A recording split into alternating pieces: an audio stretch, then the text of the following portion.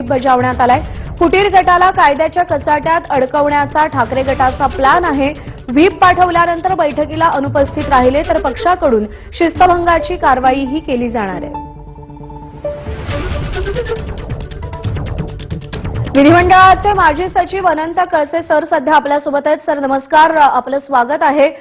पुन्हा एकदा महाराष्ट्रामध्ये राजकीय भूकंपाची चिन्ह दिसायला सुरुवात झालेली आहे आणि अशा वेळी तुमच्याकडून मार्गदर्शन मिळणं अत्यंत महत्त्वाचं आहे। व्हीप बजावण्यात आलेला आहे ठाकरे गटाकडून आपल्या सगळ्या खासदारांना उद्या 11 वाजताच्या बैठकीचा, आणि जर ते उपस्थित राहिले नाहीत तर ते अपात्र ठरू शकतात किंवा त्यांच्यावरती कारवाई केली जाऊ शकते।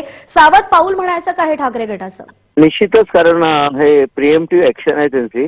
कारण अँटी डिफेक्शन लॉ मध्ये 10व्या अनुसूचीमध्ये पॅरा 2 मध्ये जर व्हीपचं पालन केलं नाही तर ते अपात्रतेची पिटिशन त्यांच्या विरुद्ध येऊ शकते आणि ती डिसाईड झाली तर ते अपात्र निश्चित होऊ शकतात। त्यामुळे हे मला वाटतं कायद्याच्या दृष्टीने योग्य असं पाऊल दिसतंय की त्यांना व्हीप, अरविंद सावंत जे व्हीप त्यांचे व्हीप आहेत, त्यांनी जो प्रतोद आहेत, त्यांनी हा व्हीप बजावलाय सर्व खासदारावर आणि हे योग्य आणि लिगली टेनेबल असं पाऊल आहे। शिवसेनेकडून ते उचललं गेलेलं आहे आणि त्या संदर्भात आता बघूया, म्हणजे व्हीप झाल्यानंतर डिस्क्वालिफिकेशन पिटिशन द्यावी लागेल आणि त्यामध्ये मग लोकसभेचे अध्यक्ष काय निर्णय घेतात हे पाहणं सुद्धा तेवढंच महत्त्वाचं आहे। पण सर असं आहे की बैठकीसाठीचा व्हीप उद्याचा आहे, उद्या ही बैठक आयोजित करण्यात आली आहे, पण आज दिवसभरातच काही घडामोडी घडल्या आणि ठाकरेंच्या खासदारांनी ओम बिर्लांकडे पत्र वगैरे दिलं तर हा व्हीप कितपत व्हॅलिड राहतो? हा तोच प्रश्न आहे, कारण व्हीपचा परत त्याच्यामध्ये इंटरप्रिटेशनचा प्रश्न आहे। कारण हा सभागृहाशी संबंधितच व्हीपचं ज्युरिडिक्शन आहे। सभागृहात एखाद्या प्रश्नावर ते उपस्थित राहिले नाही किंवा एखाद्या मतदानाच्या वेळेस उपस्थित राहिले नाही तर ते पुढची प्रक्रिया होऊ शकते। हे सुद्धा त्याच्यामध्ये सुद्धा बराचसा कांगोरे आहेत। त्या कायद्याचं इंटरप्रिटेशन कसं होईल पुढे, म्हणजे बैठकीला आले नाही त्याच्यात व्हीप लागू होईल का, मग का तो सभागृहाच्या प्रश्नावरच लागू होईल, हा सुद्धा मग पुढे इंटरप्रिटेशनचा प्रश्न राहील। तर हे सगळे प्रश्न उद्भवतील, पण त्यांना तुर्तास ते डिस्क्वालिफिकेशन पिटिशन तर देता येईल। सध्या असं आहे की एकनाथ शिंदेसोबत ठाकरेंचे काही खासदार जातील असं सूत्र सांगतायत, तशा हालचाली दिल्लीमध्ये घडतायत। ठाकरे गटासमोर ही पक्षफुटी थांबवण्यासाठी काय महत्त्वाचे पर्याय किंवा काय मार्ग सध्या उपलब्ध आहेत? ठाकरे समोर जे मार्ग उपलब्ध होते ते मला वाटतं आता संपलेले दिसतात। त्यांनी पूर्वीच सगळं करायला हवं होतं। आता त्यांचे खासदार दिल्लीला पोहोचलेले आहेत आणि कदाचित पत्र वगैरेची प्रक्रिया तिथे चालू असावी असं दिसतं मला।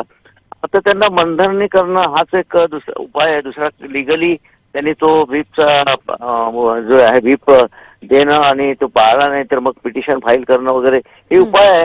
पण हे सगळे मग लोकसभा अध्यक्षांच्या ज्युरिडिक्शन खाली अधिकार आहे आणि लोकसभा अध्यक्ष मग त्यावर कसा निर्णय घेतात, कायदेतज्ञ त्यांना काय सल्ला देतात, हे सगळं पुढची प्रक्रिया आहे।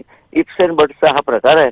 पण त्यांनी सध्या व्हीप बजावला आहे बैठकीसाठी लागू होईल की सभागृहाच्या लोकसभेच्या बैठकीसाठी आहे, हा सुद्धा पुढे एक इंटरप्रिटेशनचा प्रश्न येईल आणि हे सगळं मॅटर सुप्रीम कोर्टात जाईल आणि सुप्रीम कोर्ट इथे मग स्पष्ट करेल काय करायचं ते आणि त्याच्याप्रमाणे निर्णय होईल। हो, आणखी एक महत्त्वाचा प्रश्न असा आहे की ठाकरे गटाकडून ओम बिर्लांना एक पत्र देण्यात आलंय की अशा कोणत्याही फुटीर गटाला तुम्ही स्वतंत्र मान्यता देऊ नका। जोपर्यंत ठाकरे गटाला बाजू मांडण्याची संधी मिळत नाही तोपर्यंत याच्यावरती कोणताही निर्णय घेतला जाऊ नये, असे बरेच मुद्दे त्या पत्रामध्ये समाविष्ट करण्यात आलेले आहेत। या पत्राला आत्ताच्या घडीला कितपत महत्त्व आहे? नाही, ते पत्राला महत्त्व म्हणजे प्रिव्हेंटिव्ह ऍक्शन आहे, प्रिव्हेंटिव्ह ऍक्शन आपण ज्याला म्हणतो तशी ती ऍक्शन आहे आणि तसं दिलेलं काही तसं वाईट नाही आहे की कायद्याच्या दृष्टीने ओम बिर्ला त्याचं माननीय अध्यक्ष लोकसभा त्याचं कॉग्निझन्स घेतील, जसं आपण कोर्टामध्ये कॅबिनेट दाखल करतो त्यासारखीच ही प्रक्रिया आहे। म्हणजे आमचे ऐकून घ्या, निर्णय प्रक्रियेच्या अगोदर आमची बाजू सुद्धा ऐकून घ्या, असं त्याचं थोडक्यात। तर त्याच्यामध्ये काही हे नाही आहे, म्हणजे legally it's a correct action आणि त्या लोकसभा अध्यक्ष काय निर्णय घेतात हे सुद्धा बघणं महत्त्वाचं ठरेल। ठाकरेंचे जे खासदार शिंदेसोबत जाण्यासाठी सध्या उत्सुक आहेत त्यातली नावं बरीच समोर आलेली आहेत, त्यांच्यासमोर काय कायदेशीर पर्याय सध्या उपलब्ध आहेत स्वतःवरची कारवाई टाळण्यासाठी? स्वतःवरची कारवाई टाळण्यासाठी त्यांच्याकडे 2 कायदेशीर पर्याय आहे। त्यांना सिद्ध करता आलं पाहिजे की हा पक्ष आम्ही सोडून जातोय, की हा पक्ष आमचा आहे, म्हणजे मूळ पक्ष आमचा आहे आणि सगळे पदाधिकारी जे आहे पक्षाचं संघटनात्मक जी रचना आहे की संघटनात्मक रचनेमध्ये जे व्यक्ती आहे, पदाधिकारी आहे, हे आमच्या सोबत आहे आणि त्याचबरोबर दुसरी कंडिशन पॅरा 4 प्रमाणे की 2/3 जे सदस्य आहेत संसदीय पक्षाचे ते आमच्या सोबत आहे हे त्यांना सिद्ध करता आलं पाहिजे आणि पुढे हीच प्रक्रिया त्यांना राबवता आली पाहिजे. हे महत्वाचं आहे की मूळ पक्ष आमच्या सोबत आहे, कारण शेवटी मूळ पक्षातूनच राजकीय पक्षाचा जन्म होतो, पार्लमेंटरी पक्षाचा जन्म होतो. तर हे दोन्ही इंटरलिंक्ड आहे. दोन्हीकडे त्यांना फूट दाखवता आली पाहिजे. एक मुद्दा त्या पत्रामध्ये असा उपस्थित केलेला होता, जे पत्र ठाकरे गटाकडून देण्यात आलेलं होतं की सुप्रीम कोर्टानं म्हटलंय की विधिमंडळ पक्षापेक्षा सुद्धा जो मुख्य पक्ष आहे तो महत्वाचा असतो. तर याचा काही उपयोग होऊ शकतो का ठाकरेंना या संपूर्ण प्रक्रियेमध्ये? या संपूर्ण प्रक्रियेमध्ये हे अगदी सुप्रीम कोर्टाचे योग्य ऑब्झर्वेशन आहे, कारण मूळ राजकीय पक्ष हा महत्वाचा आहे आणि मूळ पक्षापासूनच संसदीय पक्षाचा उद्भव होतो आणि त्याच पक्षाच्या तिकिटावर ज्याला मूळ राजकीय पक्षाला कमिशनची मान्यता असते, इलेक्शन कमिशनची, त्याच प्रश्नावर ते त्यांच्या मान्यतेने चिन्हावर राजकीय पक्षाचे सदस्य लढतात. तर मूळ राजकीय पक्ष महत्वाचा आहे. धन्यवाद मॅडम. सर आभार आपले, आपण सविस्तर प्रतिक्रिया दिलीत, एबीपी माझाला मार्गदर्शन केलं त्यासाठी.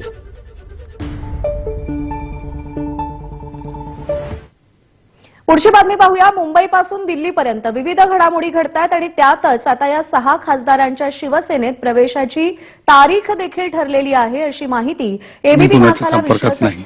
ठीक है, थैंक यू. ओके ओके चलिए.